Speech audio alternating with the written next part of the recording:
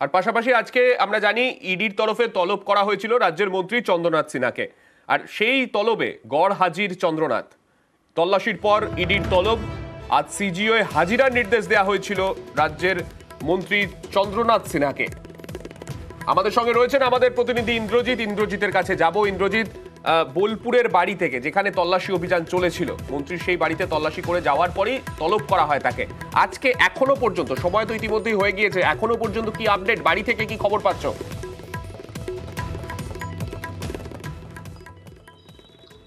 দেখো, একদমই যেটা বলে রাখবো সার্নিক, আমরা দেখেছিলাম দীর্ঘ 14 ঘন্টা তার বাড়িতে তল্লাশি যেমন চলেছিল, তাকে জেরাও করা হয়েছিল এবং তারপরে উঠে এসেছিল 41 লক্ষ টাকার কথা, পাশাপাশি মোবাইল ফোন এবং বেশ কিছু নথি। এবং যে মোবাইল ফোনগুলি বাজেয়াপ্ত করা হয়েছিল, পাশাপাশি যে টাকা বাজেয়াপ্ত করা হয়েছিল, সেই টাকা কোথা থেকে এলো বা মোবাইল ফোনের যে পাসওয়ার্ড, সেই সমস্ত বিষয়ের জন্য, পাশাপাশি যে নথি, সেগুলো খতিয়ে দেখার জন্যই কিন্তু আমরা জানি যে ইডি সূত্রে খবর পেয়েছিলাম যে মন্ত্রী চন্দ্রনাথ সিংহকে আজকে কিন্তু জিজ্ঞাসাবাদের জন্য ডেকে পাঠানো হয়েছিল। কিন্তু বাড়ি সূত্রে বা মন্ত্রী সূত্রে যেটা খবর আমরা পাচ্ছি, বাড়িতে তিনি এখনো রয়েছেন, তিনি যদিও এখনো কলকাতার উদ্দেশ্যে রওনা দেননি।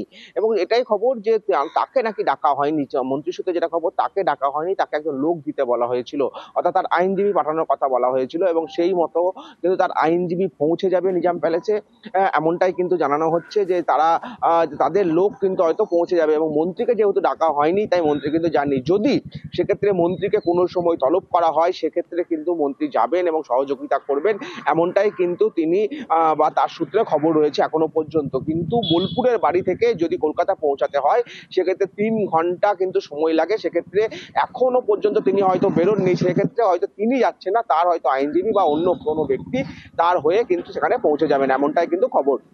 বেশ, ধন্যবাদ।